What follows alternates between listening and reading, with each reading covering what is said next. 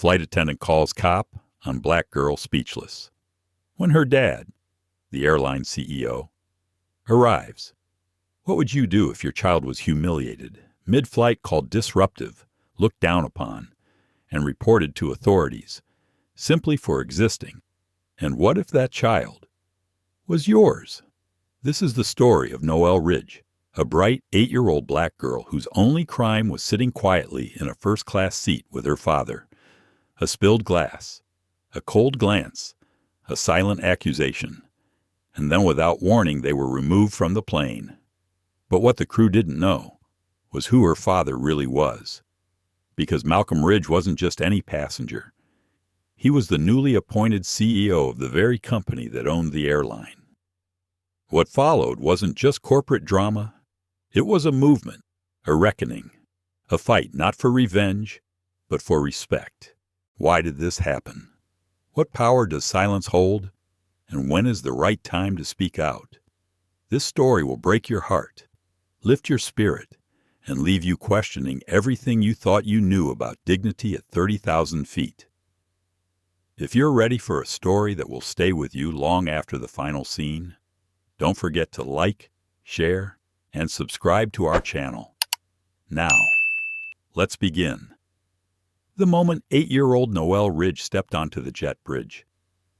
She clutched her father's hand with quiet excitement, her small fingers, soft and warm, wrapped around his like ivy curling up a tree trunk. She had never been on an airplane before, at least not one this big. This wasn't just a flight. It was an adventure, a sky castle waiting to lift them into the clouds. She wore her favorite soft pink hoodie, the one with little bunny ears stitched to the hood. Her travel bag was shaped like a corgi, and it bounced gently against her hip as she walked. Malcolm Ridge, her father, glanced down at her and gave a slight smile. He looked at her not just with affection, but with reverence, like the world had narrowed to her and nothing else mattered.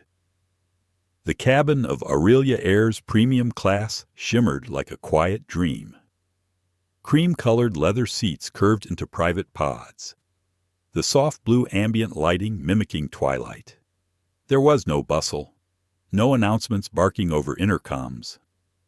Just a warm hush and the soothing hum of the aircraft parked at Seattle-Tacoma International. A flight attendant offered them a tray of pre-departure drinks. Malcolm declined politely with a small shake of his head. Noelle clambered into seat 2A, peeking out the window, her knees drawn up to her chest. "Daddy, do the clouds feel like marshmallows when you fly through them?" Malcolm chuckled softly, his voice a rich baritone wrapped in velvet. "They look like they would, don't they? But they're just cool mist, like early morning fog in the mountains." She nodded solemnly, absorbing the information with the gravity only children can muster. Then she smiled. "I'm going to pretend anyway." He adjusted the seatbelt across her lap and gave her hand a gentle pat before settling into 2B. He was a tall man, solidly built, with warm brown skin and silver threading the edges of his close-cropped hair. A navy wool sweater hugged his shoulders, worn over a crisp Oxford shirt. He looked like someone who belonged anywhere he sat because he did. But Malcolm didn't wear power on his sleeve. He had spent decades mastering the art of stillness, of reading rooms before speaking. He had taught at Yale, led global panels on infrastructure equity, and now quietly served as CEO of Iridian Holdings, the parent company of Aurelia Air. But at that moment, he was just a father, traveling with his daughter on her first international trip to Copenhagen. Museums, bookstores, warm pastries, long walks by the canals. Just the two of them. No boardrooms, no headlines, just memories. He reached into his leather satchel and pulled out a slim book. Noelle leaned over with interest. "Is that the fairy book?" she asked, eyes wide. "Yep, the one you picked, with the runaway princess who builds flying machines," Malcolm replied. She let out a little squeal and opened the tray table in front of her. Ready. Then came the first shift in energy. It wasn't loud. It wasn't blatant. But it was felt. A woman appeared beside them. The name tag pinned to her navy blazer read Deidre Langston. She was tall, with a neat silver bob and the unmistakable air of practiced authority. Her smile was thin, precise. Her voice had a slight upward lilt that made every sentence sound like a scolding disguised as courtesy. "Good afternoon," she said, but her eyes didn't meet Malcolm's. They landed on Noelle, then flicked to the tray table, then back to Noelle. "Flying alone today." "Sweetheart." Noelle looked confused. Malcolm lifted an eyebrow. "She's with me," he said, his tone even. "Oh," Deidre replied, voice clipped. "Of course. I didn't see the ticket confirmation. She looks young for premium." "She's 8, Malcolm said gently, "and she's excited." Deidre didn't respond right away. Her smile lingered for a second too long before she said, "Let us know if you need anything." "Mr.?"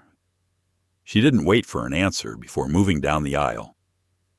Malcolm exhaled slowly, not enough to notice, just enough to release the tension tightening across his shoulders.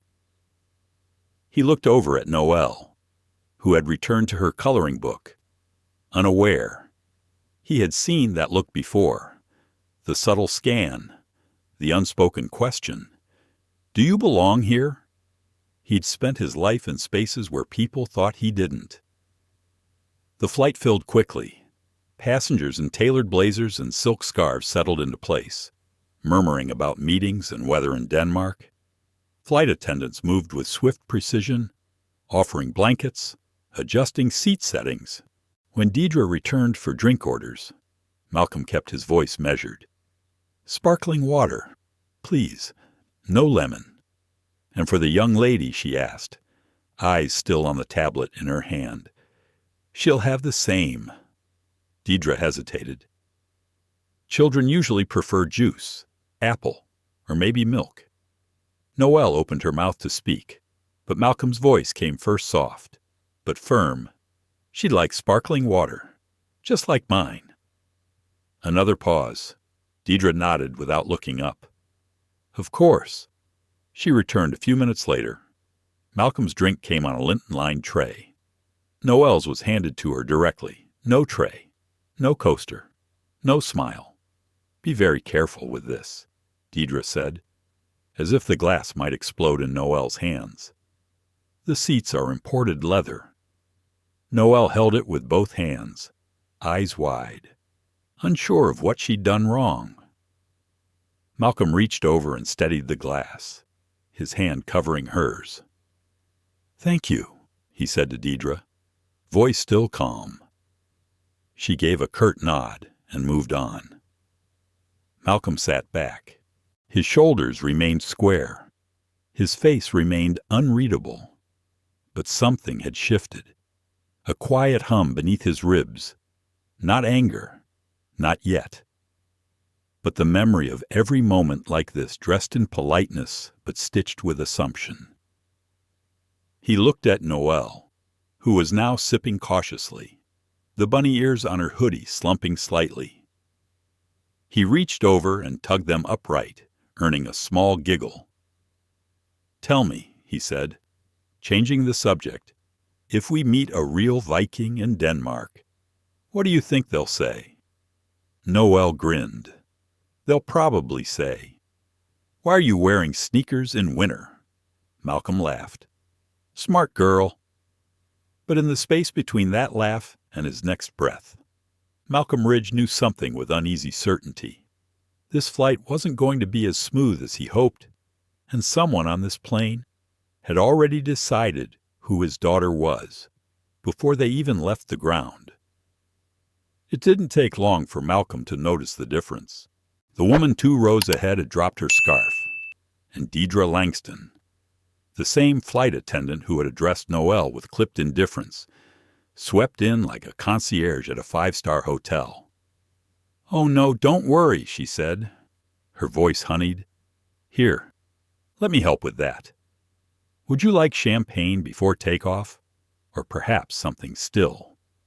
The smile she offered was dazzling wide, toothy, and complete with a light, casual hand on the woman's shoulder, warm, engaging, effortless. Malcolm observed it all without moving a muscle. He simply blinked slowly, then turned to glance at Noelle, who was now arranging her corgi-shaped travel bag at her feet, humming softly under her breath. She was still glowing with excitement, unaware of the quiet shift in atmosphere around her. Her innocence, her joy, it protected her. For now, but he felt it, the thing that was harder to name than to prove. That soft click of the social lens narrowing, that subtle message that said, "You're visible, but not in the way we usually like." He shifted in his seat and looked out the window, the sharp white arc of the wings slicing into a pale blue sky. The plane hadn't even left the ground, and already the old script was starting to unfold. He had hoped, truly hoped, that this time might be different. A soft ding echoed through the cabin as boarding was completed. A moment later, the captain's voice came over the speakers, deep and jovial, welcoming everyone to Flight AA202 from Seattle to Copenhagen. He listed flight time, tailwinds, and weather in Denmark. Malcolm didn't catch most of it. He was still thinking about the way Deidre had held that glass of water out to Noelle. Like it was dangerous. Like she was dangerous. "Daddy," Noelle whispered, "do you think we'll see snow?" Malcolm smiled and turned to her. "We might. December in Copenhagen is full of surprises." She nodded, satisfied, and pulled a tiny notebook from her seat pocket. "I'm going to write down everything I see so I don't forget. Like the clouds and the carpet and the shape of the engine." Her fingers moved swiftly, already sketching. He watched her for a moment, the corners of his mouth lifting. She had a gift observation, detail. The world opened itself to her, and she always remembered what it whispered. Across the aisle, a man in his 30s leaned over his laptop, watching a presentation. A woman behind them pulled out a neck pillow. To the casual observer, it was just a quiet pre-flight lull. But Malcolm's mind, always scanning, always measuring, felt the imbalance. He had spoken to enough boardrooms, stepped into enough global summits, to know how quickly perception became policy, how easily a biased moment, left unchallenged, became a pattern, and how those patterns multiplied across an airline, an industry, a country became pain. His shoulders stiffened. Not now. Not today. He was here for his daughter, for her first real adventure, her first passport stamp, her first night in a foreign hotel with room service and city lights dancing outside the window. And yet, even in this capsule of skybound luxury, it had already begun. The flight attendants returned, moving through the aisle with practiced choreography. Deidre approached again, holding a small silver tray with linen napkins. Her smile returned, but this one was different, hollow. The kind of smile someone wears when they think they're doing enough to not get called out, but not enough to mean it. "I'm passing out hot towels," she said, but her tone lacked the kindness it carried for others. "Be careful. They're hot."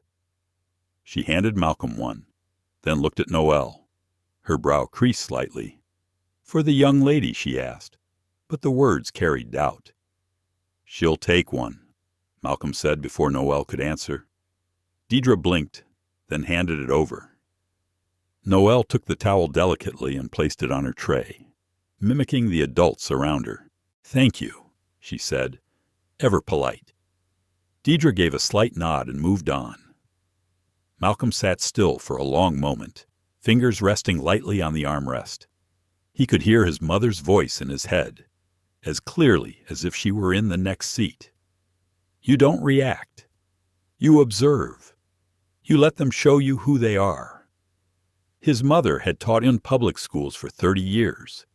She had lived through redline neighborhoods, school integration, and the sharp teeth of coded language.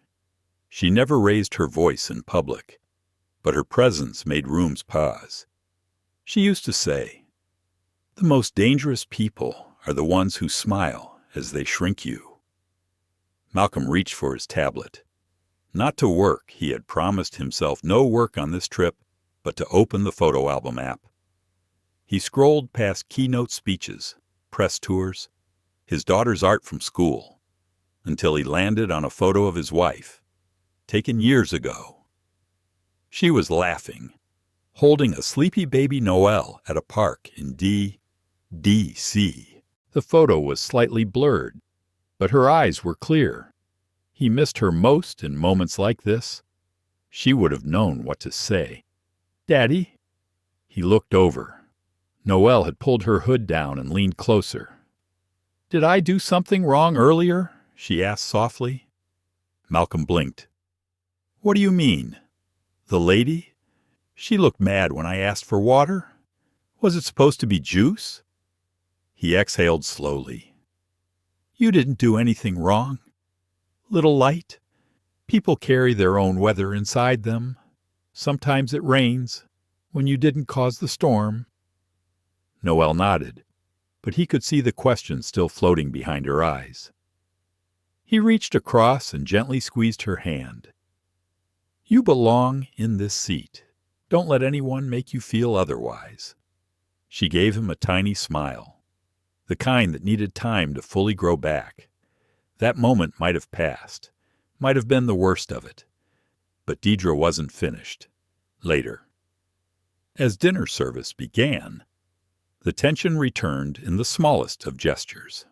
Deidre approached with the meal cart, presenting the dinner options with grand enthusiasm to the man across the aisle.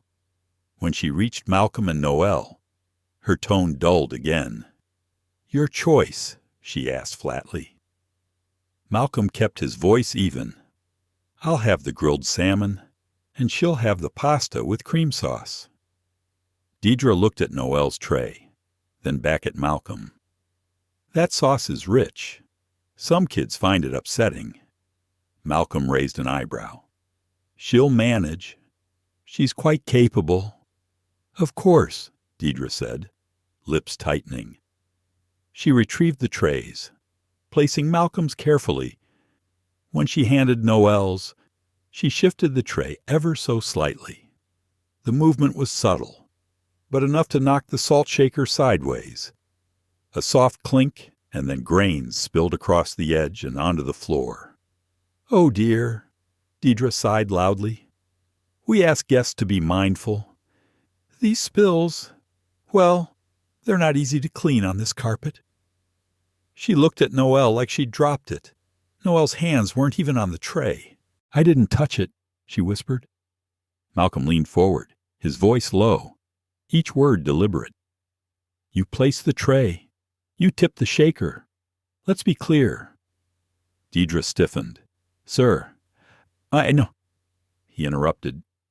"You've made your point several times tonight. But let me make mine. My daughter is not a problem. Your tone, your glances, your assumptions, those are the problem." Passengers nearby turned their heads. The air thickened. Deidre looked around, unsure whether to retreat or press forward. In the end, she chose silence and walked away. Malcolm sat back. He hadn't raised his voice, hadn't made a scene, but the tension was sharp now, stretched like wire. He looked at Noelle. She was pushing pasta with her fork. Her appetite faded. He had tried to shield her. But now, he wasn't sure that was enough. The tray table between them was quiet now. Noelle had abandoned her pasta after a few listless pokes and had curled into her seat with her coloring book again, though her usual bright creativity had dimmed.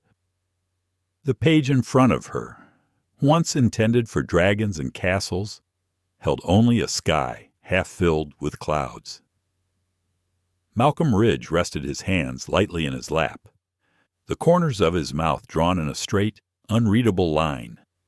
Outwardly, he appeared calm. Inwardly, a slow burn had begun. He wasn't new to this. He had been dealing with this kind of soft hostility since before Noelle was born. But something about watching it unfold this time, in real time, through the eyes of his daughter, made the fire settle differently in his chest. It wasn't just about Deidre Langston. It was about what Deidre represented. It was about every gate agent who had doubted his boarding pass, every cab driver who'd asked if he was really going to that address, every hotel concierge who assumed he was lost. It was about the invisible checklist people ran when they saw someone like him in a space like this. Are you supposed to be here? Did you earn it? Who do you belong to? And tonight, that checklist had been handed to an 8-year-old girl who just wanted to sip sparkling water like her father. Malcolm watched as a new attendant, Kelsey Tran, appeared quietly down the aisle. She moved with grace, her eyes kind and alert. She approached row 2, glancing over at the meal tray. "May I take this for you?" she asked gently, her voice like warm air. Noelle nodded, grateful. "I'm not really hungry," she said. Kelsey offered a small smile. "That's okay. Flying can make appetites a little shy." She removed the tray with care, then knelt briefly beside Noelle's seat. "I like your hoodie," she said, tapping one of the floppy bunny ears. "It's lucky. You know that?" "Right." Noelle blinked, then smiled faintly. "It is absolutely. My little sister has the same one, and she gets all the window seats." Malcolm watched this brief exchange. His heart tugged in 2 directions. Relief that someone saw his daughter for who she was, and pain that such simple kindness stood out like sunlight in shadow. After Kelsey left, Noelle turned toward him, resting her chin on her knees. "She's nice. She is," Malcolm agreed. "She doesn't talk like the other lady." He nodded slowly. "No, she doesn't." They didn't say much for a while. The cabin lights dimmed slightly as the flight settled into cruising altitude. Outside, the Pacific stretched black and endless beneath them. Inside, the cabin had grown quiet, the silence holding space for whispered conversations and the soft tap of keys on laptops. Malcolm opened his notebook, not for work, not this time, just to breathe through writing. That had always been his way to order the chaos with words. He wrote down 3 lines. The air is thin, but the tension thicker. She is watching more than clouds. I am listening for things unsaid. He closed the notebook and looked out the window. In his peripheral vision, he could see Deidre again, still moving with practiced efficiency, still chatting politely with passengers around them, still avoiding his gaze, but her energy was different, stiffer now, defensive. She was aware that something had shifted, that she had been seen, but Malcolm knew people like her didn't always back down when they felt exposed. Some doubled down. Some painted themselves as the victim before anyone else had the chance to question them. He'd seen it happen in boardrooms, in universities, in his own professional rise. A quiet black man asserting himself without raising his voice was often more threatening than a white man shouting. He leaned back, taking in a slow, measured breath. She was going to try something. He could feel it. And the problem with being a composed, intelligent, high-status black man was this people like Deidre didn't expect him to react with rage.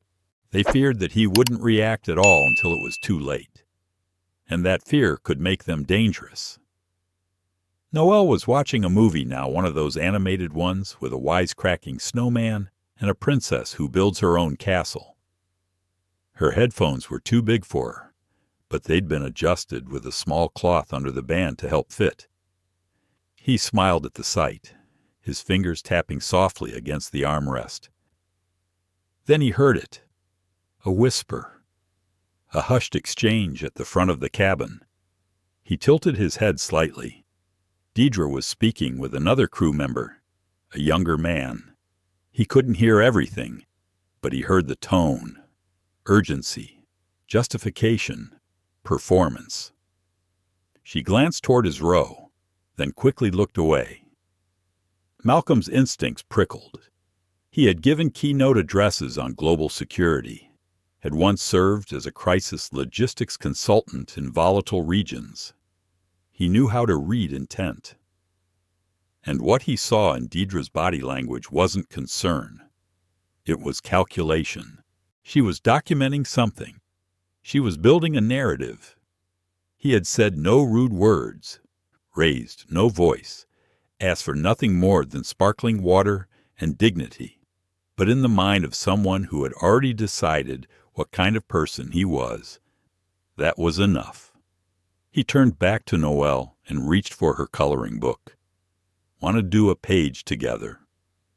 Her face lit up. Really, really. They opened to a half-finished page, a griffin with shimmering wings. He picked up a purple crayon and started gently coloring the feathers, watching her relax beside him. Across the aisle, a woman 3 rows behind them, Ms. Florence Wynne, had been watching the whole time. A former teacher, she had been reading a historical novel, but had found herself glancing up more often than she liked. The tension wasn't just in the air, it was in Deidre's posture, in the way the child beside Malcolm kept folding in on herself, in the way the father watched everything like a man who knew a storm was coming. Florence tapped her tablet and opened the camera app. Just in case. Deidre returned 20 minutes later, this time accompanied by another crew member, an older man in a crisp uniform. "Mr. Ridge," she said, her voice brittle and polite. "We just wanted to check in. There have been some reports of passenger distress." Malcolm looked at her directly. "From whom?" "Well, we've received some concern about your tone earlier. With the crew." "I see." He didn't elaborate. Deidre hesitated. She was expecting him to fill the silence with defense, to flail or apologize or deny. Instead, Malcolm simply held her gaze. "I'd be happy to speak with the purser upon landing," he said. "If there's a formal concern?" No. She rushed. "Nothing formal. We aim to maintain a peaceful cabin. You should—" There was steel beneath those words, not anger, just certainty. The male attendant beside her gave a tight nod and stepped back.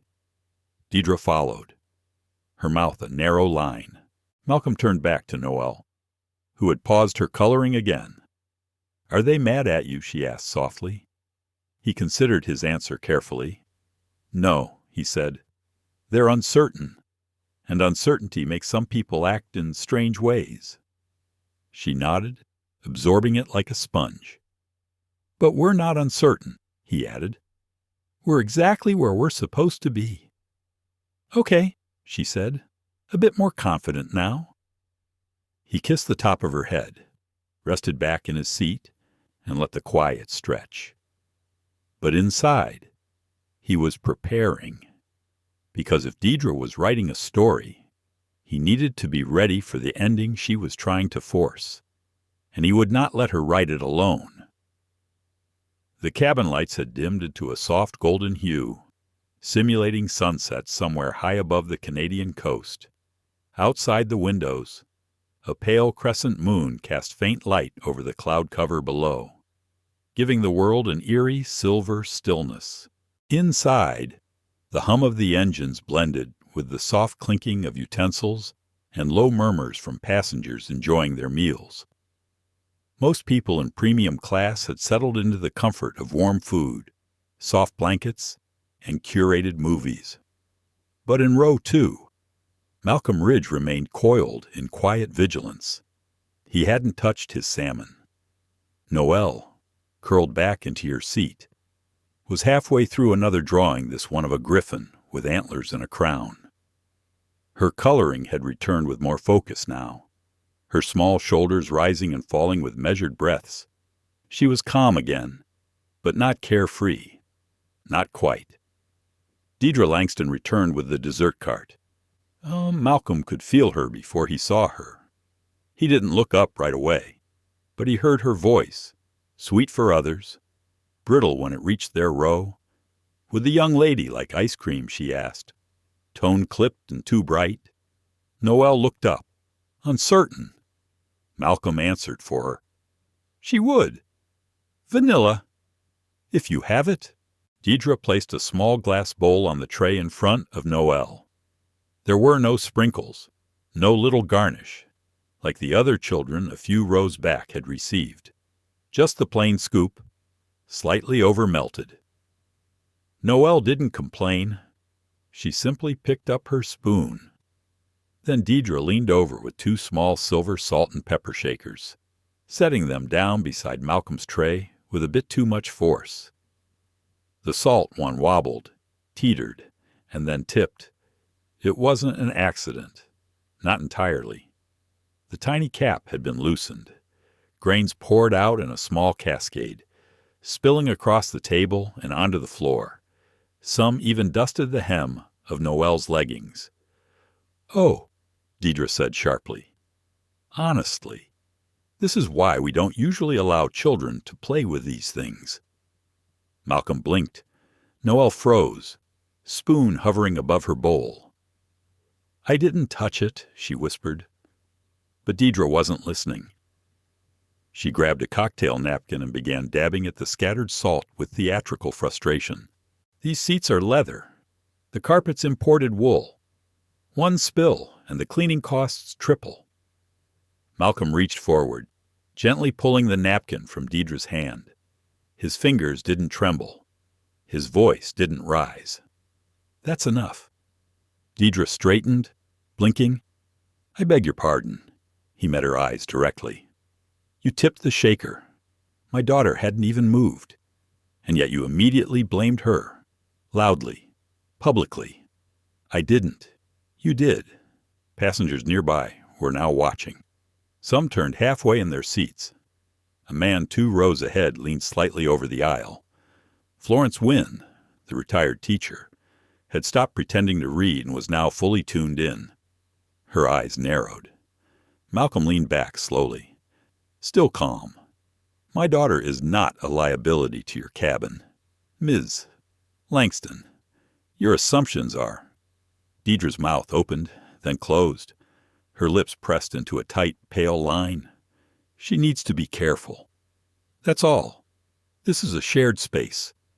We have to maintain standards. And one of those standards, I imagine, is treating all passengers with equal respect, regardless of age or skin tone." That landed like a dropped glass in the quiet. A few passengers shifted uncomfortably. Deidre's face flushed, but not with embarrassment, more like indignation. The kind that simmers just beneath the surface of someone used to control. "I'm simply doing my job," she said tightly. Malcolm inclined his head slightly. "Then do it better." He turned his attention back to Noelle, who was now sitting stiffly, her bowl of ice cream untouched. He reached across and brushing a few stray grains of salt from her lap. "You did nothing wrong," he said quietly. "Just for her. Sometimes people carry heavy things in their hearts, and they try to hand them to you. But you don't have to take them. You just keep drawing your griffins." Okay, Noelle looked up at him with wide eyes, then gave the smallest nod. Across the aisle, A soft ding signaled the cabin crew. Deidre took a step back, smoothed her uniform, and turned away. She didn't return. For the next hour, their section was serviced exclusively by Kelsey Tran, whose warm smile and gentle tone filled the space like balm on bruised skin. She brought Noelle a fresh scoop of ice cream with a cookie tucked in the side and crouched beside her. "This one's a secret chef's scoop," she whispered. "Don't tell the grown-ups." Noelle giggled, a real giggle this time. Malcolm mouthed a quiet thank you. Kelsey nodded in return. But Deidre wasn't gone, just retreating. From the corner of his eye, Malcolm could see her standing near the galley curtain, speaking in low tones to another flight attendant. Her hands moved as she talked, gesturing, framing something. Occasionally, she'd glance toward their row, then back again. It wasn't hard to guess what she was doing. She was building her version of the story. She would claim he'd been hostile, that he had challenged her authority, that he'd been confrontational in a way she didn't feel safe addressing mid-flight. It was an old, predictable move, playing the part of the offended professional after sowing the seeds of discomfort. Malcolm felt the dread rise, not for himself, but for Noelle, because now he could see where this was headed. The slow spiral of someone trying to protect their ego at someone else's expense. And in environments like this, with uniforms and authority and assumptions, it didn't take much to tip perception against the truth. He leaned back and exhaled slowly, closing his eyes for a long moment. Then he reached into the seat-back pocket and pulled out the in-flight magazine. Not to read, but to use it as a cover as he opened the Notes app on his phone. He began typing. Simple facts, times, behavior, witnesses, details. He had learned long ago that facts without emotion were disarming, and that emotion without facts was often ignored. Behind him, Florence Wynne was doing something similar. Her phone, angled subtly against her leg, had recorded part of the earlier exchange. She didn't know what it would prove, or if it would even be needed. But after decades in education, she trusted her instincts, and they were telling her that something unfair was about to happen. Back in 2A, Noelle had finally finished her drawing. She held it up for her father to see, a griffin with golden feathers, seated on a throne above the clouds. "She's the queen of the sky," Noelle said. Malcolm looked at the drawing, then at her. "She looks brave," he said. "She is. She doesn't let people tell her where she doesn't belong." He smiled, but something in his chest ached. He took her hand and held it gently between his palms. The cabin was quiet again, but the silence now felt different. It was the kind that comes before something breaks. The seatbelt sign chimed on with a soft ding, followed by the captain's voice informing the cabin of light turbulence ahead. Noelle reached for Malcolm's hand immediately, fingers tightening instinctively. He gave hers a reassuring squeeze and smiled, a small flicker of calm in a growing storm. "It's just a little bump in the road," he said gently. "We're still safe in the sky." She nodded and nestled deeper into her seat, the corgi bag hugged tightly against her chest like a shield.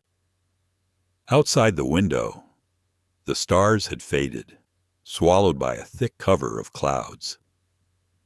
Malcolm glanced around. The cabin crew had resumed moving quietly down the aisles, checking for trays left out, belts fastened, seats upright. But Deidre Langston was not among them. She had vanished again, presumably to the front galley, where she could craft whatever narrative made her look justified. He took a slow breath and tried to release the tension in his back. Every part of him wanted to protect Noelle from what was coming, Yet he knew he couldn't control it all.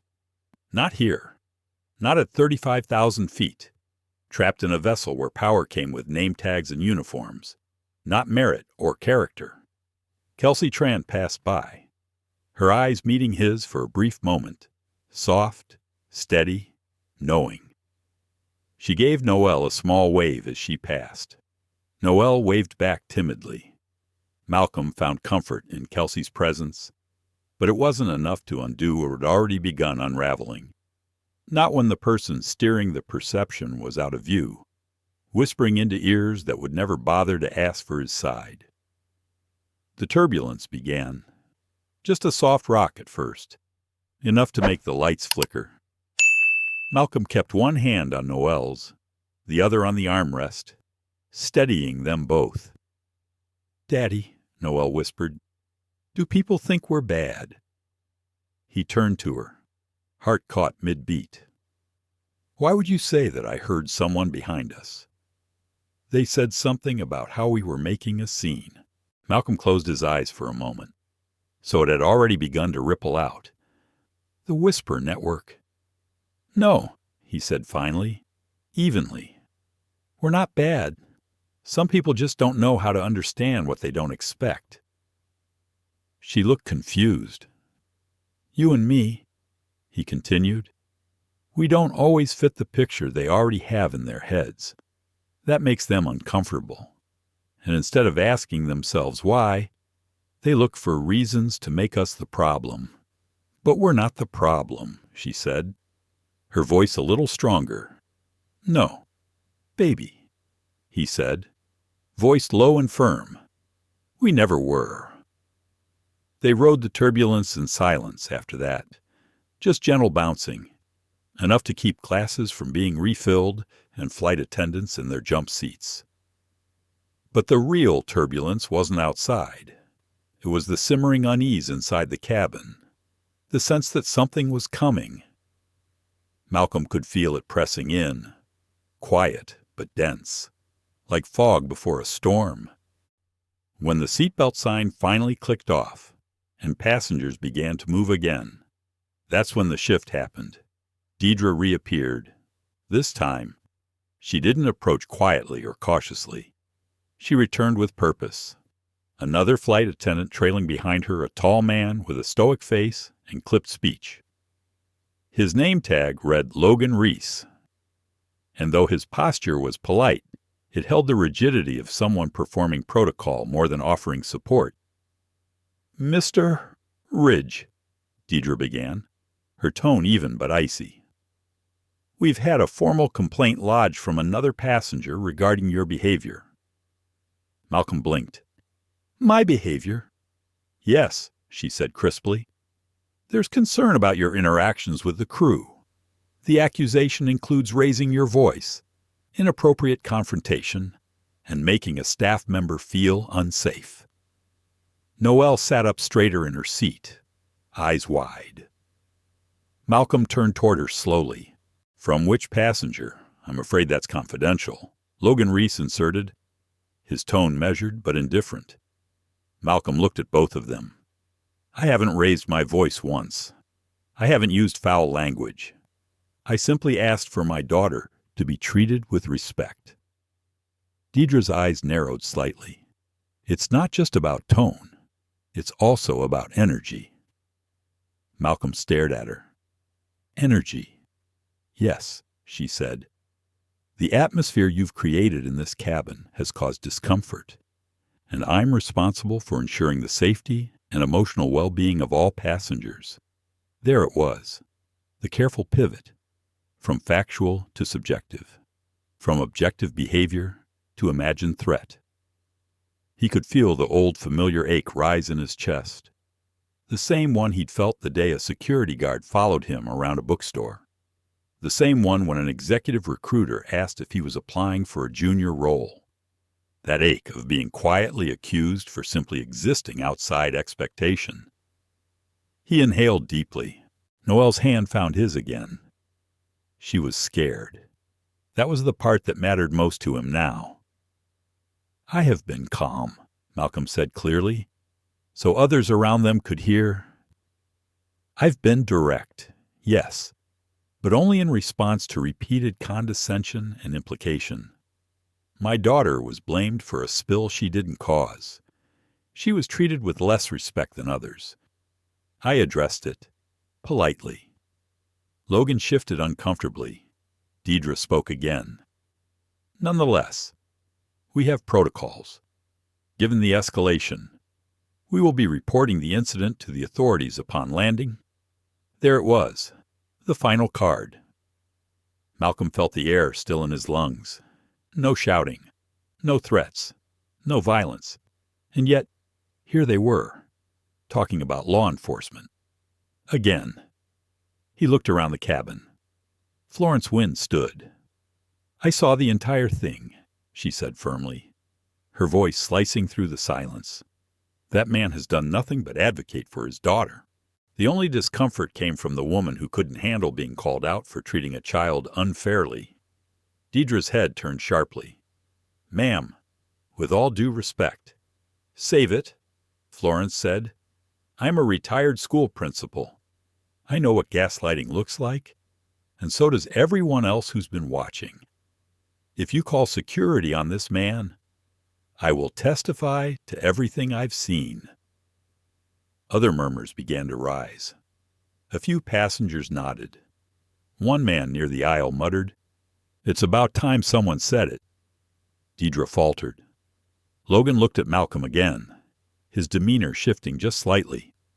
We'll review the matter further with our captain, he said. No further action will be taken until we land. Then they turned and walked away. Malcolm sat back in his seat, his chest slowly rising and falling. Noelle looked up at him, her face pale but calm. Are we in trouble? She asked. He shook his head. Not at all. Trouble is when you hide from truth. We told it. But they still didn't believe you. Some did, he said, gesturing toward Florence. But it took her saying it for them to stop. He paused. Yes, he said quietly. Sometimes that's how it works. But that doesn't mean you stay silent. Noelle looked out the window again. The clouds had thinned, giving way to a thin, pearly glow. Somewhere below was Greenland, silent and frozen, but slowly warming under morning light. Malcolm held her hand as the plane sailed forward, and for the first time since boarding, he allowed himself to feel not just anger or fear, but resolve. He wasn't just going to protect his daughter. He was going to hold this airline accountable.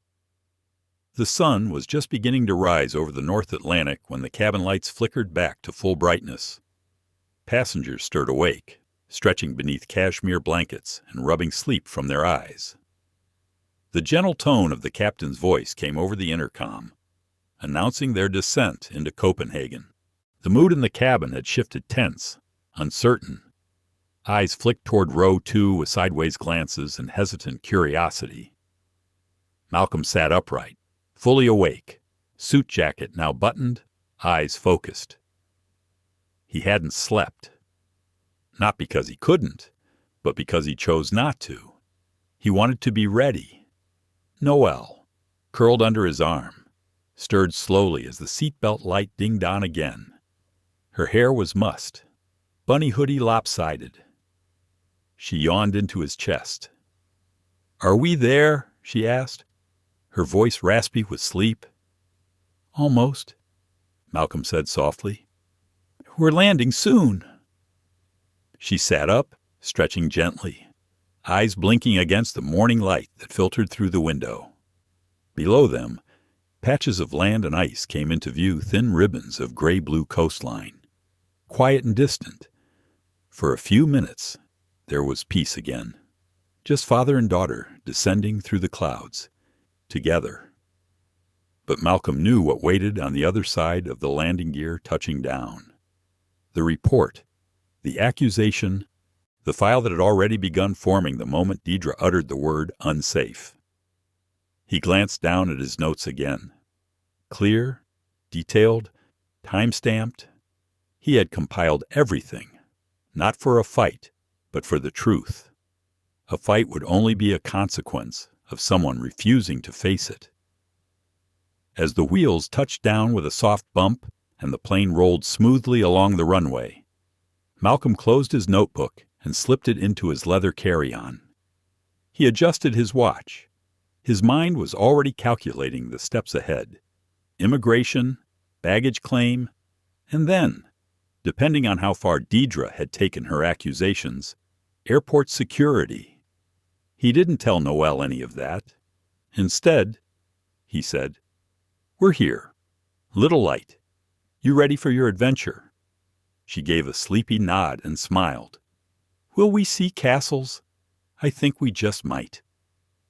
As the aircraft rolled to a stop at the gate, the familiar sounds of seatbelts unclicking, overhead bins popping open, and shoes shuffling began to fill the cabin.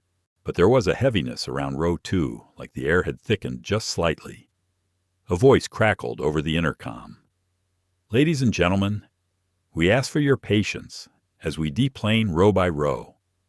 Please remain seated until your row is called." Malcolm heard the subtle change in tone. Deliberate, staged. He stayed seated, hand resting lightly on Noelle's shoulder. Then came the next message. "Passengers in rows 1 and 2, please remain seated at the request of the cabin crew. All other passengers may begin deplaning." Whispers started immediately. Malcolm glanced around. Some people pretended not to notice. Others leaned in toward the aisle, curious.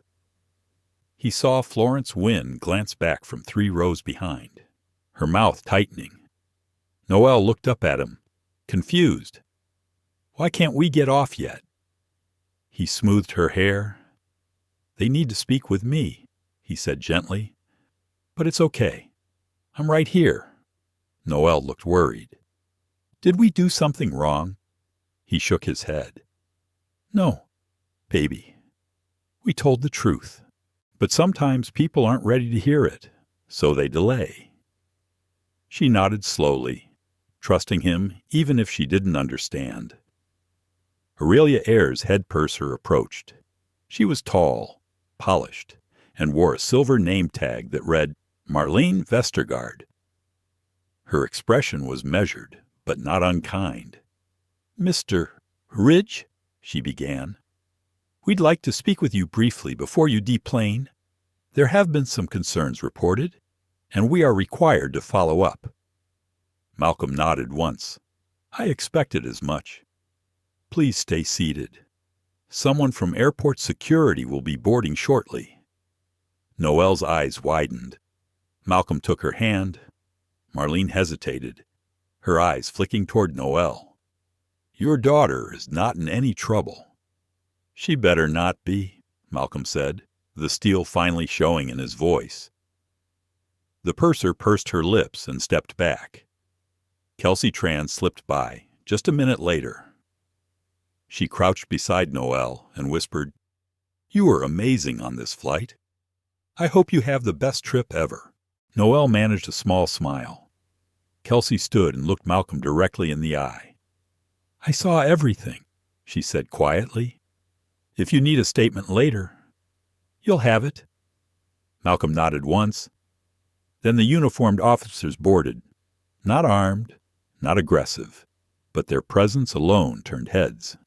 A tall Danish officer and a woman beside him in plain clothes, likely airline security.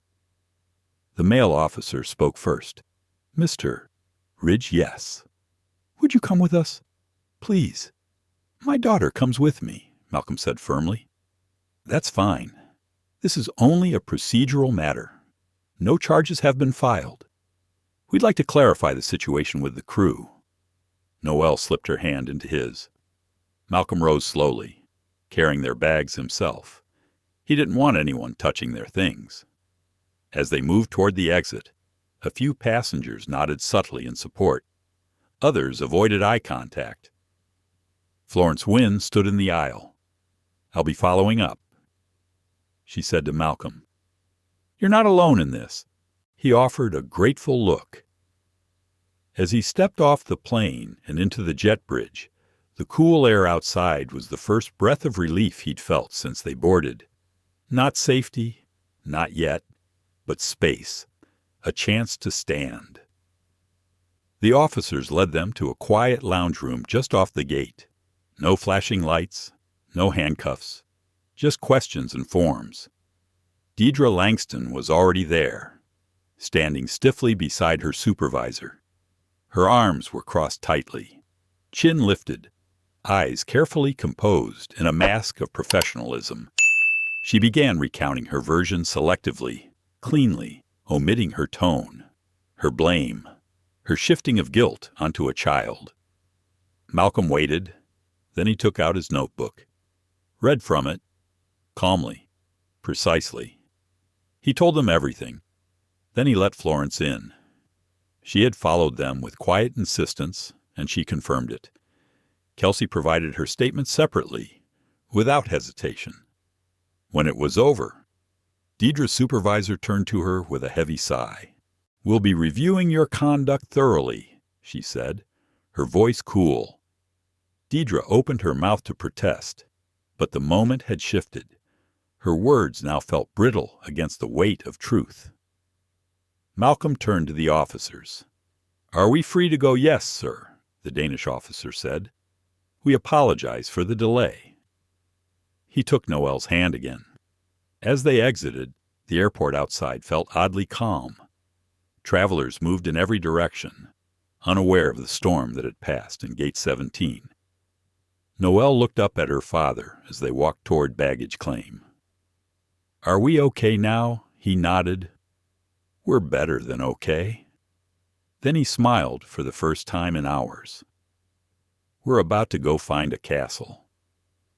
The taxi glided along the smooth Copenhagen streets, moving past rows of brightly colored buildings and neat cafes still shuttered in the early morning quiet. Noelle leaned her head against the window, watching sleepy cyclists ride past in thick scarves. Her bunny hoodie was pulled over her head again, the ears flopping slightly with each curve in the road. Malcolm sat beside her, phone in one hand, fingers still as he stared at the lock screen. He hadn't made the call yet. He should have. Part of him knew that. Every second that passed gave Aurelia Air time to shape their own version of events. But his hand wouldn't move. Not yet. He glanced over at Noelle. She looked small now. Not in stature. She had always been petite, but in spirit. Like something inside her had folded up to stay warm. The past 12 hours had taken something from her, even if she didn't fully understand it yet. It wasn't just the spilled salt or the delayed deplaning. It was the feeling of being watched, judged, shrunk. And it had happened in a space where she was supposed to feel safe next to her father, above the clouds. He looked away and finally unlocked his phone. There was a number he kept in his favorites. Not a friend, not family, a contact saved only for moments when the truth needed amplification. He tapped it. The call rang twice. Marisa Castillo. A woman's voice answered briskly. "It's Malcolm," he said. A pause. "Malcolm Ridge," she said, voice shifting immediately. What happened? He took a deep breath. "I need a reporter. Someone I can trust. Someone who doesn't flinch at corporate backlash." There was silence on the other end. Then a low whistle. "Who pissed you off at 40,000 feet?" Malcolm didn't laugh. Instead, he gave her a calm, detailed recounting. No embellishment, just the facts. The look on Deidre's face, the salt, the public shaming, the passive threat of law enforcement, Noelle's shrinking posture, the quiet courage of Florence, the moral spine of Kelsey. Marisa didn't interrupt once. When he finished, she asked just one question. "Do I have permission to run it?" "Yes," Malcolm said, "and I'll go on the record." There was another pause. "You sure? This is going to blow up?" Not just on Aurelia Air, on you. Your board's going to want answers. Investors may panic. They'll get answers, Malcolm said, and if they panic, they were never worth partnering with. She exhaled. I'll get someone on it now. We'll run the story by noon. My editor will call you in 30 for quotes. He nodded, then added, and Marisa, don't bury the girl in this. Make her visible. She's not just a footnote. She's the point. I got you, she said. Then she hung up. He slid the phone into his pocket. Noelle was still staring out the window. Quiet. Hey, he said softly. We're almost at the hotel. She nodded, but didn't turn. Do you want to talk about anything he asked? She shook her head. A beat of silence. Then she whispered, Did I make it worse? Malcolm's heart twisted. He reached over, gently lifting her chin so she would look at him. No, he said firmly. You were brave, and kind, and honest. You were perfect. But they got mad. That's not on you. That's on them. She blinked, lips trembling. I just wanted to sit with you. I know, he said. And you did. And that matters more than anything they tried to take away. The cab slowed in front of the hotel. It was an elegant building tucked along the canal, all glass and stone, with discreet staff waiting outside with umbrellas and warm smiles. Malcolm thanked the driver and stepped out first, then helped Noelle down with her backpack. As they entered the lobby, one of the receptionists blinked in recognition. Mr. Ridge, she said. Welcome back. We've upgraded you to the executive suite, and there's a message waiting in your room. Malcolm nodded politely. Thank you. The suite was quiet, spacious, and bathed in northern light. Noelle went straight to the oversized windows and looked out over the city's rooftops. Malcolm found the message on the desk, a plain envelope. He opened it. Inside was a simple card, printed with the Aurelia Air logo. Dear Mr. Ridge, we regret any inconvenience during your recent flight. Please know that passenger experience is our highest priority. An internal review is underway. A formal apology will be issued after further investigation. We thank you for your discretion during this process. There was no signature, just a number for public relations. Malcolm read it twice. Then he tore it cleanly in half and dropped it in the trash. He sat down at the desk and opened his laptop. Emails had already begun trickling in. Some from people at Viridian Holdings' polite inquiries, disguised as curiosity. Others from journalists. One from a social media strategist he didn't recognize, asking if he wanted to control the narrative. Too late for that. Noelle wandered over and sat on the couch, pulling out her drawing pad again. What are you making? He asked. She held it up, a picture of a griffin in flight. Only this time, it wasn't alone. There was a smaller griffin by its side, flying just as high. He smiled, heart caught in his throat. That was when his phone buzzed again. Marisa's story was live. He clicked the link. The headline read, Black CEO detained after first-class flight daughter. Blamed, airline silent. It was short, tight, and devastatingly accurate. The piece included quotes from Florence Wynne and even a statement from Kelsey Tran, who had confirmed details of the in-flight bias and the unequal treatment. There were no dramatic accusations, just calm, documented truth. He scrolled further and saw something that made him pause. The top comment, pinned by the publication, was from Florence herself. My name is Florence Wynne. I saw what happened. It was real. It was wrong. And the world should know it. This child was humiliated for daring to be joyful beside her father. That's the story. Below it were hundreds of replies, some angry, some supportive, all of them watching. The shift had begun. He turned toward Noelle again. "You want to go see that castle now?" She nodded. "But can we bring the drawing?" "Of course." He reached for his coat. They stepped out into the brisk Copenhagen air, hand in hand, shadows long behind them. He didn't know how the board would react. He didn't know what Deidre would do. But he knew one thing with absolute certainty. They weren't invisible anymore. They were seen, and from this point forward, the skies would have to answer for it. By Monday morning, the story had already traveled across 3 continents. It had been picked up by major news outlets, reshared by influencers, dissected in long Twitter threads, and hotly debated in corporate leadership circles. Everyone had an opinion now, not just on Aurelia Air's treatment of passengers, but on the man at the center of the narrative. Malcolm Ridge had become a symbol, and symbols were dangerous things.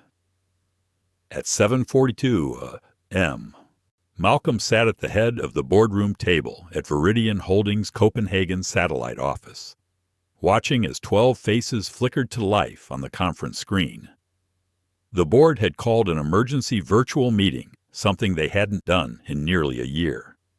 He already knew the angles they'd come from. He had prepared responses. But what he couldn't prepare for was the ache in his chest. Not from guilt, but from the loneliness of standing up in a room full of people still sitting down.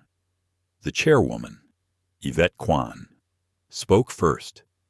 "Malcolm, before we begin, let me acknowledge that what you and your daughter experienced was unacceptable."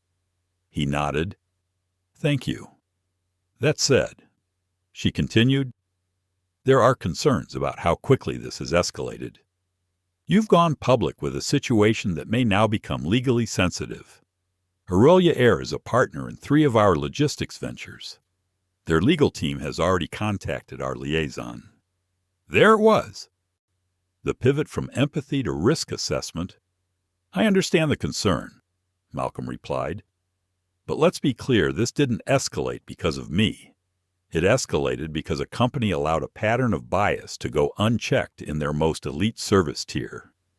Board member Edwin Banks leaned forward. "But by going to the press, you've put Viridian Holdings in the middle of a cultural firestorm, and that makes some investors nervous." Malcolm didn't flinch. "If our investors are only comfortable when we're silent about injustice, we've partnered with the wrong people." Silence. A younger member, Zoe Patel, unmuted her mic. "I just want to say I support what you did. This matters, and people are paying attention. The world is watching how leaders respond to moments like this." Malcolm gave her a grateful nod, but the tension lingered. Yvette interjected again. "We're not here to debate morality. We're here to assess liability. Malcolm, we need to know if you intend to pursue further public action." He looked around the room. Some faces met his, others didn't. "I didn't choose the spotlight," he said. "But now that it's here, I'm not going to waste it. I'm not launching a campaign. I'm not suing for press. I'm doing what leaders are supposed to do, standing up when silence would be easier." He could feel their discomfort, that quiet murmur of unease that came when someone refused to play the game by the unspoken rules. "Let me be very clear," he added. "I'm not going away. And if that means we lose a partner who tolerates discrimination behind their champagne service, so be it." Another pause. Then Yvette closed her notebook. "Very well. Then we'll proceed with caution. But I hope you're prepared for the pushback." "I've been prepared for it my whole life," he said calmly. "What I wasn't prepared for was how easily some people will fold at the first sign of controversy. The meeting ended shortly after. He sat alone in the room for a long moment, staring out the window. Below, the city moved on bikes crossing bridges, bells ringing from cathedrals, commuters bustling toward the lives they lived, unaware of the quiet storms happening inside buildings like this one. His phone buzzed. It was a message from Kelsey Tran. "Thank you. My inbox is flooded. Some people are angry, but a lot more are grateful. Even a few crew members from other airlines reached out. You made us visible. That matters." He responded simply, "It matters because of you. You stood up when it counted." He slipped the phone into his pocket, then walked out of the boardroom, shoulders squared. Later that afternoon, back at the hotel, Noelle greeted him with a wide smile. She had been playing with the hotel staff's daughter, an 11-year-old named Alma, who shared her love of drawing. The two had spent the morning sketching mythical creatures and castles. Noelle ran up to him, holding a new page. "Look, we made a map." He bent down. The paper showed a whimsical version of Copenhagen, with dragons guarding museums and unicorns riding in taxis. "Do you like it?" she asked. He smiled. "I love it." She looked up at him, then asked quietly, "Did the people at your work get mad a few?" He said, "Because you talked about what happened." "Yes." She frowned. "That's not fair." He nodded. "Sometimes truth makes people uncomfortable, but that doesn't mean we stop telling it." She nodded back slowly. "You're not in trouble." "No," he said, "and even if I were, it would still be worth it." They had dinner in the hotel lounge that night. Simple food, roasted vegetables, buttered pasta, warm bread. Noelle chattered happily about Alma and the kind Danish woman who brought them hot cocoa with tiny marshmallows. Malcolm watched her, realizing something even after everything. She still carried joy. It hadn't been taken, only tested. And she was already rebuilding. Later, after she had fallen asleep, curled into the hotel's plush bedding, he stepped onto the balcony. The city shimmered below. He called Marisa. "The story's not done," he said. "I want to take it further. Not just about the flight, but what happens after. I want people to know how it feels to sit in first class and still be made to feel less. I want to talk about what that does to a child." Marisa paused. "A personal op-ed?" "No," he said. "A conversation. A real one. I'll speak publicly if you set it up." "You sure?" "Yes." "Okay," she said. "Let's make it count." He stood there for a while longer, listening to the quiet hum of the city. Then he whispered, mostly to himself, "We're not asking for special treatment. We're asking to belong." The stars above flickered softly. He went back inside, and for the first time in days, he slept.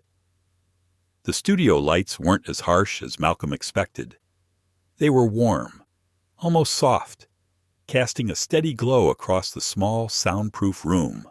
There was no audience, no clapping, no anchor behind a polished desk. Just 2 chairs, 2 microphones, and a camera slowly adjusting its focus. This wasn't about spectacle. It was about truth. Marisa had chosen a quiet setup, an independent media outlet, focused on long-form interviews, the kind that gave space for nuance instead of sound bites. Malcolm appreciated that, but it didn't make it easier. He had rehearsed nothing. No talking points. No index cards. He didn't want this to sound like strategy. He wanted it to sound like it came from a man still healing. The producer counted them down silently. 3, 2, 1. Then the interviewer, a calm woman in a navy sweater, looked into the camera and said, "Today, we're speaking with Malcolm Ridge, CEO of Viridian Holdings, and the father at the center of a story that has sparked international conversation around race, travel, and dignity. Malcolm nodded once. His voice was even when he began. "I didn't come here to make people angry," he said. "And I didn't speak out because I wanted attention. I spoke out because silence is a luxury some of us can't afford." He paused, letting that sit in the space between his breath and the microphone. "I was traveling with my daughter. She's 8 years old, bright, kind, funny. The kind of kid who names clouds and gives her stuffed animals middle names. We were seated in first class, and I was proud of that. Not because of status, but because I wanted her to know she belonged in every room I walked into." His voice stayed steady, but his throat tightened. Then a flight attendant spilled salt and blamed her, refused to look her in the eye, treated her like she didn't matter. When I spoke up, we were told we were a disturbance. We were reported, escorted off, reviewed like a risk. Another pause. My daughter asked me if we were bad people. He swallowed hard. "That's why I'm here." The interviewer leaned forward slightly. "What would you say to those who claim this was just a misunderstanding, that it wasn't about race?" "I'd say they've never had to shrink themselves on a plane just to make other passengers comfortable," he replied. "They've never seen their child questioned for simply being present." When something happens to a black family, it's often reframed as misunderstanding instead of mistreatment. But the effect is the same. My daughter felt shame, and she did nothing wrong. The camera captured the stillness in his eyes. "I'm not here to destroy Aurelia Air," he said. "I'm here to ask why this keeps happening. Why our dignity is always negotiable. Why we have to prove we're not a threat just to receive a meal or keep our seats." The interviewer let silence do its work. Then she asked, "What do you want people to take from this?" Malcolm exhaled slowly. "I want them to stop seeing moments like this as isolated. They're part of a pattern. And patterns can be broken, but only when we name them." He looked directly at the lens now. "And I want my daughter to grow up knowing her father didn't stay quiet when someone tried to shrink her spirit." The interview ended soon after. The producer thanked him. The crew packed up, and within the hour, clips were already circulating online. Malcolm stepped outside the building and into the cool afternoon light. He didn't feel triumphant. He felt raw, exposed. The comments had already begun appearing beneath the video. Some were filled with praise, others were defensive, a few were vicious, but he didn't look away. He read every word, because if people were brave enough to weaponize their opinions, he had to be brave enough to face them. Back at the hotel, Noelle was sitting cross-legged on the floor with her sketchbook open. Alma was there too, handing her colored pencils and giggling. When Malcolm walked in, Noelle looked up and grinned. "Daddy, I made something." She held up a drawing. It showed a girl with wings made of stars, flying through a storm cloud. Her hand held by a tall figure with a glowing heart. Malcolm blinked. "That's beautiful," he said, voice low. "That's me," she said, "and that's you." He crouched beside her. "What are the wings made of?" She smiled, things people said that were true. He felt tears press behind his eyes. Later, after Alma left and the room was quiet, Noelle asked him, "Did you talk to the world today?" He nodded. "I did." "Did they believe you?" "Some will," he said. "Some won't. But I didn't speak for them." "Who did you speak for?" "You." She crawled into his lap. "Do you wish it never happened?" she whispered. He paused. "Yes," he said honestly. "I wish you'd never been made to feel small, but I'm not small," she said. He smiled. "No, you're not." They sat in silence, the city lights flickering outside like distant stars. Malcolm leaned his head back against the couch. The weight of the day pressed down on him, but beneath it, something else stirred. Not pride, not even relief. Purpose. He'd started something he couldn't walk away from, and the world was still listening. He picked up his phone and opened the latest headline. CEO's emotional interview sparks global movement. Aurelia Air faces boardroom scrutiny. There was a note at the bottom. Aurelia Air has not yet issued a formal apology. Internal sources say a review is underway.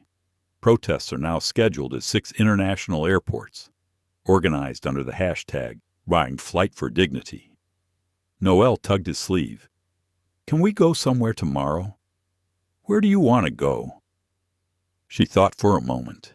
A museum or a library? I want to see something that's lasted a long time. Malcolm kissed the top of her head. Good idea. She fell asleep minutes later. Fingers curled around his wrist like a tether.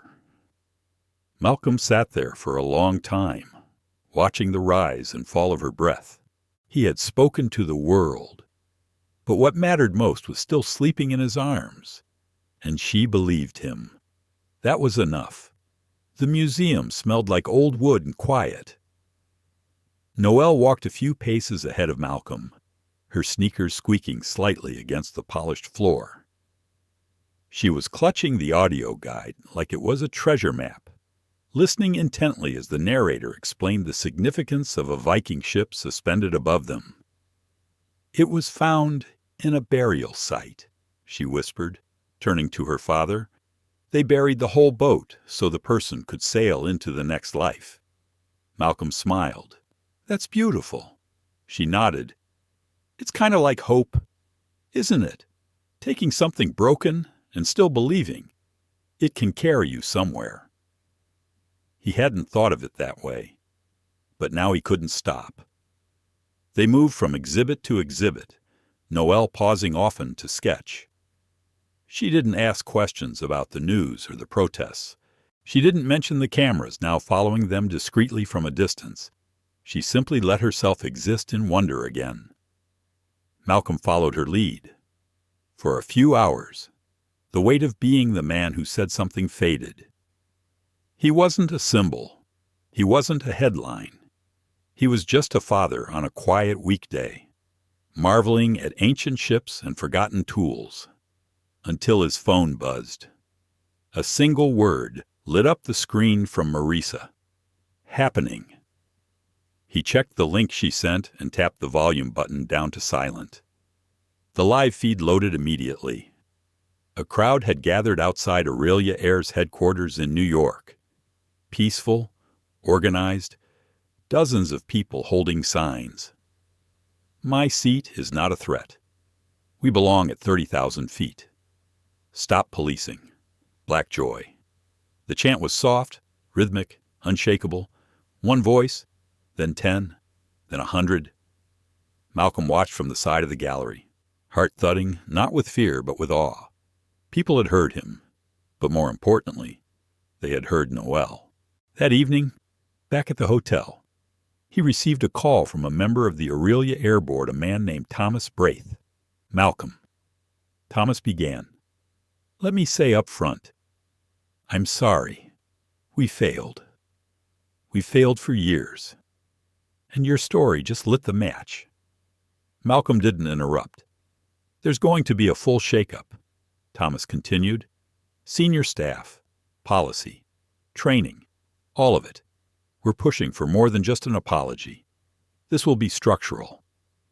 Malcolm raised an eyebrow. Is this damage control or belief? There was a pause. A little of both, Thomas admitted. But some of us mean it. I do. And I think this time we can make it count. You can start by issuing a public apology to my daughter, Malcolm said. By name, not the minor, not the child. Noelle Ridge. She deserves to be seen. Thomas's voice was steady. I agree. And there's one more thing we want to meet. In person. You, your daughter, a few members of our board. To listen. Really listen. Malcolm thought about it, about what it meant to meet face to face with the very system that had humiliated them. Then he looked across the room at Noelle, who was spinning slowly in her socks, music playing faintly from her tablet. She deserved to see what accountability looked like, not just anger, but repair. "I'll think about it," he said, and hung up. The next morning, he was asked to join a live international panel, voices from corporate, education, travel, and justice communities, all weighing in on the broader meaning of the incident. He hesitated. The story had grown beyond him now, beyond Noelle. It had become something bigger. And that scared him in ways he hadn't admitted, even to himself. Because if the world was watching, they were also waiting for him to fail. But he agreed. The panel was conducted over video, one screen among many. He listened as others spoke. Some defended the airline, suggesting better communication training. Others pushed for mandatory bias education. One woman from Nairobi spoke passionately about her own experiences of profiling in international travel. Then it was Malcolm's turn. "I don't think this is just about airlines," he said. "It's about what we're willing to ignore, what we've normalized." He looked directly into the camera. There's a quiet kind of discrimination that doesn't shout slurs. It spills salt and then assumes guilt. It calls a child disruptive when she's simply joyful. It whispers to the cabin crew instead of asking a question directly. Heads on the screen nodded. Malcolm went on. "This isn't about revenge. It's about transformation. And transformation doesn't happen when we wait for the right headline. It happens when people are willing to sit in discomfort and still stay at the table." The moderator thanked him. The clip of his comments went viral within hours. That evening, as the lights dimmed and Noelle curled up beside him in bed, she asked, "Do people hate us now?" Malcolm froze. "What do you mean I saw some of the videos? Some people looked mad. Some said you're making things worse." His heart ached. "People don't hate us," he said carefully. "They're scared, because change always feels like loss when you're used to having things a certain way. Are we changing things?" He smiled faintly. "We're trying." She looked thoughtful. "Good. But I hope we don't change too much. I still like waffles and bedtime stories." He laughed, a real laugh, the first in days. "Those aren't going anywhere." She sighed with relief and snuggled closer. Malcolm stared at the ceiling, thoughts racing. His inbox was now full of messages, strangers sharing their own stories, flight attendants apologizing for past silences, executives asking to learn more, a group of Black fathers requesting to collaborate on an initiative to make air travel safer and more inclusive for children of color. It was growing, and it was happening faster than he ever imagined. But even as he felt the surge of momentum, he remained grounded in one truth. It wasn't enough to go viral. They had to go deeper. They had to rebuild trust. That would take more than headlines. It would take years. But he was ready, because Noelle was still here, still flying, even after everything. And so was he. The boardroom at Aurelia Air's global headquarters was made of glass. Floor-to-ceiling windows overlooked the city skyline, a view designed to impress. But Malcolm noticed something else. The table, long, gleaming, and perfectly symmetrical, had only one chair at each end. Power at one, submission at the other. It wasn't lost on him. Noelle walked beside him, her hand tucked into his. She wore her favorite yellow cardigan and a silver locket Florence had sent by mail 2 days earlier, with a note that read, You changed more than a flight, sweetheart. You changed minds. Malcolm had asked her several times if she was sure about coming. Each time, she nodded without hesitation. I want to hear what they say. She told him. And I want them to see I'm real. When they entered the room, the air felt tight. 4 people were already seated. Thomas Braith, who had made the call, 2 senior directors, and Deidre Langston. That last name hadn't been in the email. Noelle froze slightly beside him. He felt the shift in her grip. Deidre stood as they entered. Her posture was rigid, face unreadable. She looked older than she had on the flight, or maybe just exposed. Thomas stepped forward. Malcolm. Noelle. Thank you both for being here. Malcolm nodded once. We're not here for a performance. Thomas gestured to the seats near the center. Understood. We're here to listen. Noelle climbed into her chair slowly, eyes never leaving Deidre. Malcolm remained standing. This is your moment, he said. Begin. Thomas cleared his throat. We've conducted a full internal investigation. We reviewed passenger and crew testimonies, including Ms. Tran's written report. We've also taken into account witness statements from other travelers. The conclusion is clear: you and your daughter were mistreated. No one interrupted him. He turned to Deidre. She has something she wants to say. Deidre stood again. Her voice trembled slightly. Noelle. Mr. Ridge, She paused. I was wrong. I acted with bias. I let assumptions guide my behavior, and it caused harm. I didn't treat you like you belonged, and I'm sorry. Noelle didn't say anything. Malcolm studied Deidre's face. Not for drama, not for tears, just for truth. She looked back at him. I didn't see you, she said quietly. And that's the problem. I see it now. Thomas picked up again. We're not asking you to forgive, but we are asking to show you what we're doing next. He handed Malcolm a printed booklet. Inside, a new diversity and dignity training program, drafted by a third-party equity firm, a partnership with 3 Black-owned travel education nonprofits, an executive restructuring plan, and something else, a new scholarship program. Malcolm turned the page and froze. It was called the Noelle Ridge Initiative. He looked up. She's not a mascot. Thomas shook his head. We're not using her name for PR. The program will be led independently, focused on training young aviation professionals from underrepresented backgrounds. We'll fund it for 10 years minimum. Malcolm turned to Noelle. She stared at her name printed in bold. After a moment, she whispered, Will other girls get to fly because of it? Yes, Thomas said gently.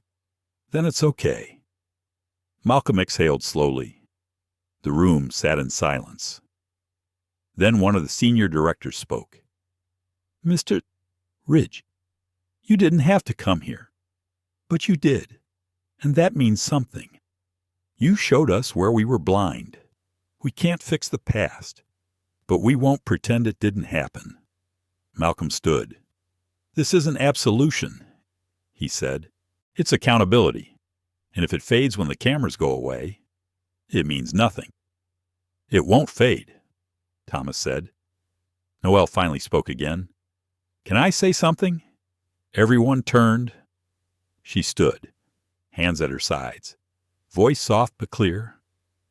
I didn't cry on the plane, she said, but I wanted to. I didn't understand why it felt like I didn't belong, even though my ticket was real and I was being quiet. I just wanted to sit with my dad, but it felt like someone was trying to make me smaller. She looked at Deidre directly. You hurt me, but I'm glad you said sorry, because sometimes sorry is the beginning of seeing someone. Deidre's lip quivered. She didn't speak. Noelle sat down again, swinging her feet slowly. The meeting ended not with applause or handshakes, but with silence. The good kind. The kind that meant things were shifting, even if no one said it out loud. Later, back in the hotel, Malcolm and Noelle sat on the balcony as the sun dipped low. "You were amazing today," he told her. She shrugged. "I just said what I felt. That's what amazing people do." They sat quietly for a while. Then Noelle turned to him. "Do you think other dads would have done what you did?" "I think they would have wanted to," he said. "But sometimes the world teaches people to keep their heads down." "Then maybe we taught the world something different." He smiled. "You definitely did." That night, he received a message from Zoe Patel, the young board member of Iridian. "The board is shifting. Investors are supporting the stand you took. We're launching internal bias audits across every department. It's a start." He responded with a single word: good. And for the first time since the flight, he felt the pressure in his chest ease.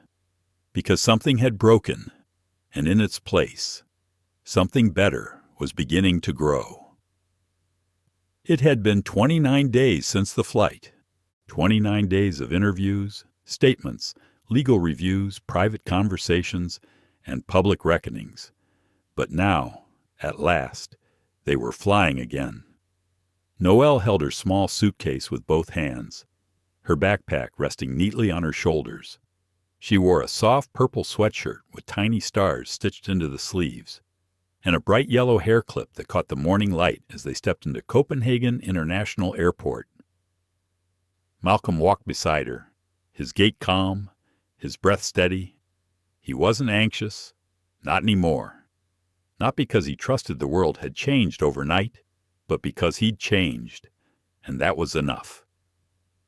They reached the security line, and a young attendant stepped forward. "Mr. Ridge." Malcolm paused. "Yes." The attendant smiled. "You've been pre-cleared. Right this way, sir. And welcome back."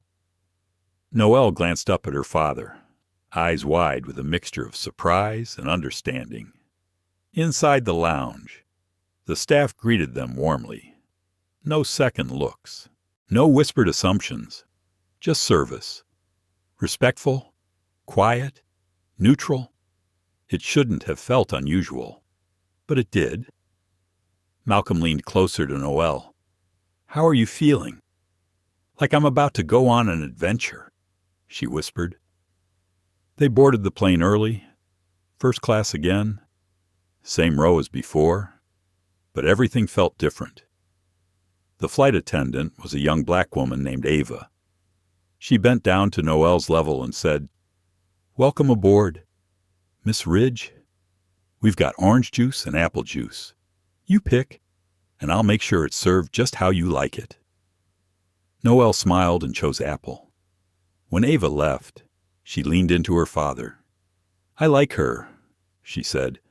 Malcolm smiled. "So do I." The plane began boarding slowly, one by one. Passengers took their seats. There were a few glances, some eyes filled with recognition, but no one said anything. No one asked for photos or pointed. It was a quiet kind of reverence. As the captain welcomed them over the intercom, Noelle tugged her window shade open and looked out over the tarmac. "Dad, yes. When we land, what will we do? We'll take a walk by the harbor. Maybe find that little cafe you liked." She nodded, thoughtful, and after that, he turned to her. "What do you want to do?" "I want to help other kids who got made to feel small." His heart swelled. "You already have," he said softly. The seatbelt sign blinked on. The engines began to roar softly. Malcolm leaned back, letting the moment settle. Across the aisle, someone reached over discreetly and handed him a folded napkin. He opened it. Scrawled in elegant handwriting were the words, "You didn't just hold your seat. You made room for the rest of us." He looked up, but the passenger had already turned away. lost in a book. He folded the napkin and tucked it into his jacket pocket. As the plane began to taxi, Ava returned with Noelle's apple juice in a glass with a bendy straw and a napkin folded into a paper crane. Noelle beamed. "Thank you," she said politely. "My pleasure," Ava replied. "We're proud of you." Noelle tilted her head. "How do you know about me?" Ava smiled gently. "Because I've been you." She walked away without waiting for a reaction, her presence lingering like sunlight through a window. The wheels lifted, and suddenly they were in the air again, at cruising altitude. Malcolm pulled out his tablet. He opened an email from Marissa. Subject confirmed coverage launch of the Noelle Ridge Initiative date. September 4th. Location D, C, speakers, you, Noelle if she wants, Kelsey Tran, Dr. Hadia Bennett, and students from the first scholarship cohort. Press list approved. Guest list curated. Theme belonging at 30,000 feet. Malcolm read the words twice. He tapped reply. Let's do it. Noelle will decide for herself whether she wants to speak, but we'll both be there. He closed the tablet and looked at his daughter. She had fallen asleep, her hands still resting on the little paper crane, her mouth curled into a peaceful half-smile. He thought about everything that had led to this moment, the spill, the accusation, the forced landing, the boardroom, the speech, the apology, the drawing of wings. He thought about the people who stood beside them, the strangers who reached out, the ones who listened, the ones who still didn't. He thought about how slow progress felt and how urgent it remained. He thought about his father's voice from long ago. Your dignity is not up for debate. Son, don't ever let someone shrink you just so they can feel taller. He thought about how long he'd carried that voice in silence. And now it was loud again. Loud in the best way. Noelle stirred and blinked up at him. Are we flying yet? She murmured. He smiled. We are. She sat up slowly, peering out the window. Wow, she whispered. It's so blue. The sky belongs to you, he said. To everyone. She replied. He kissed the top of her head and looked out beside her. The clouds moved like soft rivers below them. The sun was warm against the glass. The world stretched wide and high and open, and for the first time in a long time, Malcolm Ridge allowed himself to believe. This time, the flight would not end in fear. It would end in flight. Real, honest, human flight, because she was here, and she was flying. What started with a simple flight became a global wake-up call, a child's voice, a father's quiet strength, a single moment that exposed a world of assumptions and demanded something more. As the plane lifted, so did the voices of millions of voices tired of shrinking themselves just to be seen as acceptable. Noelle Ridge didn't ask to become a symbol. She asked for apple juice, a window seat, and the right to exist without suspicion. Her father, Malcolm, didn't raise his voice. He raised a mirror, and in that reflection, an entire industry was forced to see what it had tried to ignore for far too long. This isn't just a story about race, or travel, or corporate power. It's a story about belonging, about what it means to protect a child's sense of worth, about how one quiet act of injustice can ripple into a revolution. As we leave Malcolm and Noelle behind on their journey through the clouds, we're left with a question. Whose sky is this? Really? And the answer? It should belong to all of us. If this story moved you, made you think, or reminded you of something you've seen or lived, then please like, share, and subscribe to our channel, because the next story might just be yours. And trust us, You won't want to miss what's coming next.